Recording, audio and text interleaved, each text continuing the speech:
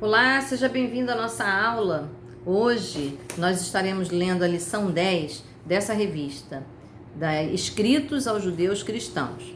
Nós já estudamos a carta aos Hebreus e agora nós vamos estudar a carta de Tiago, porque trata-se desse assunto, os judeus cristãos que haviam se convertido.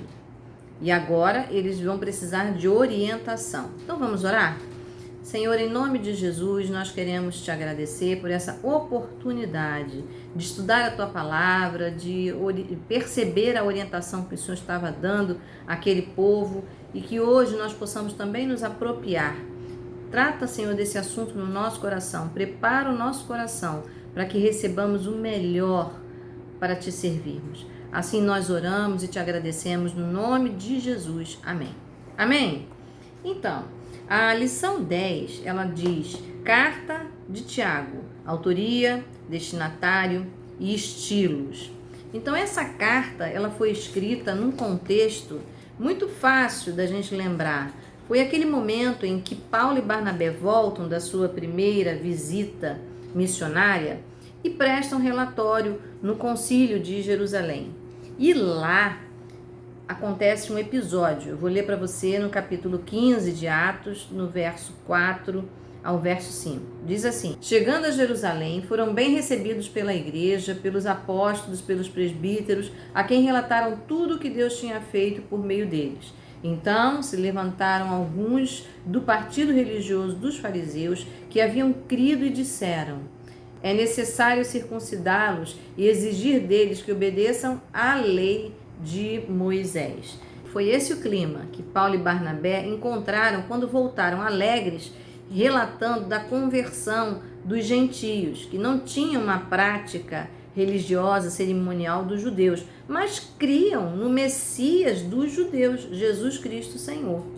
Então, havia uma dificuldade de se desprender desses valores judaicos, dessa prática religiosa. E esse cuidado a gente tem que ter hoje também, né? A nossa prática religiosa não pode ser maior que a nossa fé em Jesus Cristo e nem atrapalhar que novos cristãos possam chegar, mas a nossa vida religiosa tem que ser de acordo com a palavra de Deus. E nesse contexto era preciso esclarecimento. Que época essa mentalidade ainda perdurava?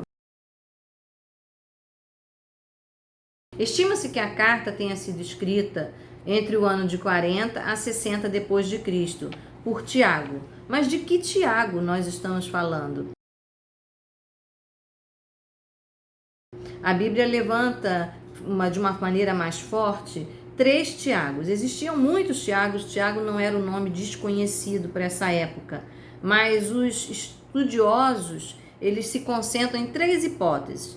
Tiago, filho de Zebedeu, que era discípulo de Jesus, mas esse foi martirizado logo ali no ano 44. Ou então, Tiago, filho de Alfeu, que também não é muito expressivo, ou o menor, Tiago, o menor, irmão de Jesus, para onde se concentra a hipótese de ter sido ele, até porque a menção dele em Gálatas 1, 18 e 19 e Marcos 6, 3. Então, os estudiosos, eles têm um consenso maior de que tenha sido o irmão de Jesus a escrever essa carta.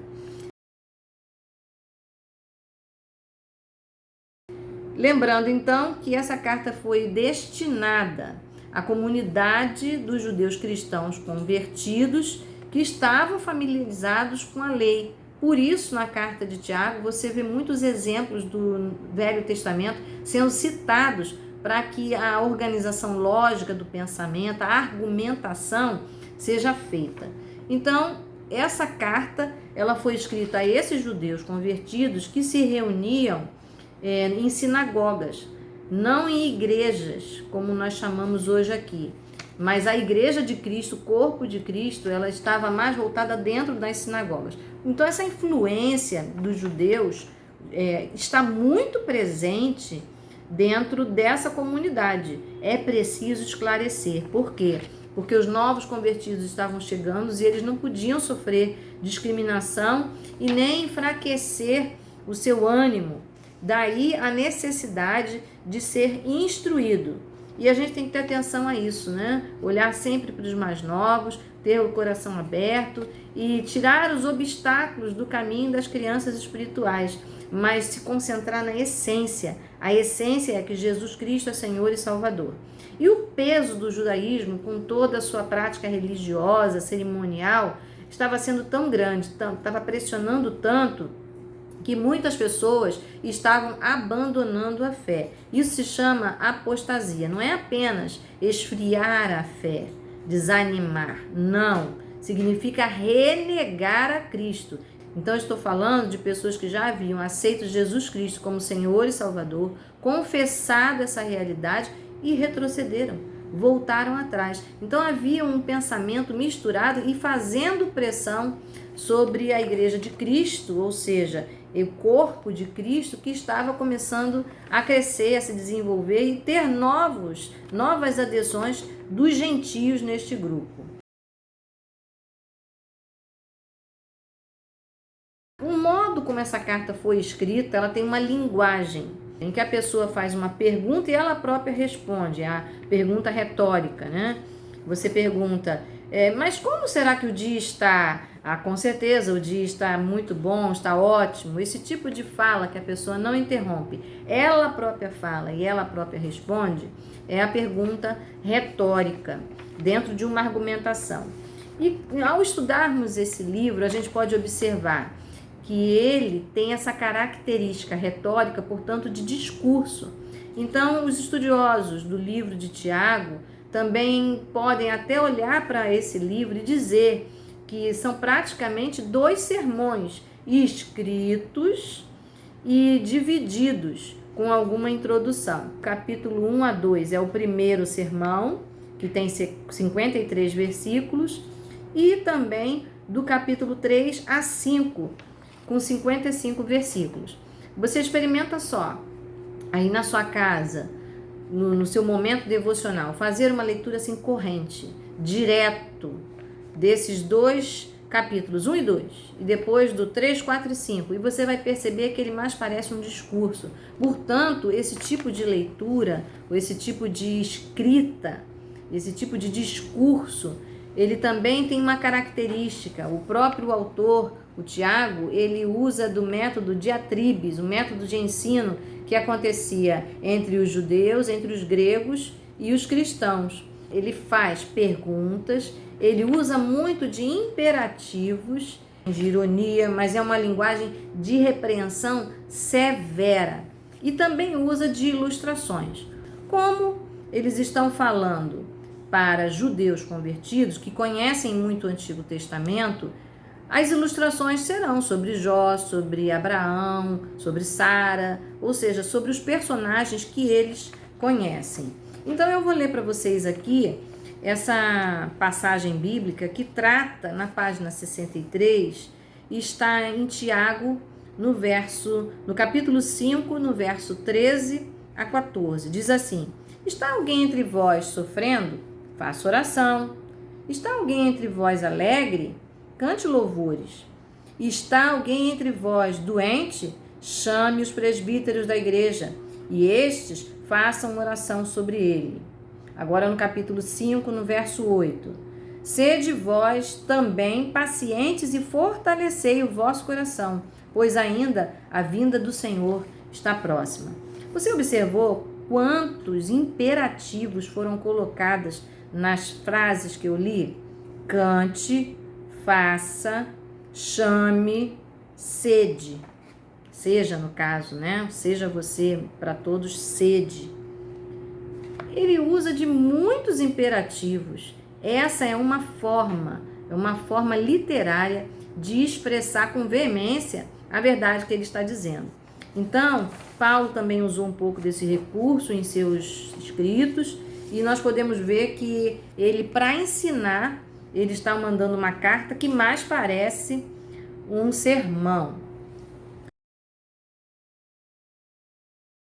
Outra característica importante na literatura de Tiago é o conteúdo, uma harmonia entre o conteúdo de Tiago com aquilo que Jesus disse, que está escrito lá no livro de Mateus, nas bem-aventuranças. Diz assim em Tiago 2, verso 13: porque será exercido juízo sem misericórdia sobre quem não foi misericordioso. A misericórdia triunfa sobre o juízo. Isso está bem harmonioso com o que Jesus disse: os misericordiosos herdarão o reino de Deus. Mas também a gente pode ver essa mesma harmonia e sintonia com as coisas práticas que o livro de Provérbios, os conselhos de Provérbios, nos orientam. Ali no capítulo 29, no verso 20, ele diz assim: você já viu alguém que se precipita no falar? Há mais esperança para o insensato do que para ele. Ele está falando da precipitação. Se a gente comparar com o conteúdo de Tiago, no capítulo 1, no verso 19, você vai ver que é a mesma coisa, ou seja, ele está reforçando o conteúdo. Diz: meus irmãos, tenham isto em mente, sejam todos prontos para ouvir, tardios para falar e tardios para irar-se. Ou seja, é contra a precipitação. A precipitação não retrata a sabedoria. Um conselho bem prático para essa época e para nós hoje aqui. Nós podemos fazer esse mesmo tipo de confirmação ali em Tiago 4, no verso 13. Observe o conteúdo. Ouçam agora vocês que dizem: hoje ou amanhã iremos para esta ou para aquela cidade. Passaremos um ano ali, faremos negócios e ganharemos dinheiro. Ou seja, os projetos humanos. Se a gente comparar com o livro de Provérbios, no capítulo 27, no verso 1, o conteúdo é a mesma coisa, o conselho prático é o mesmo.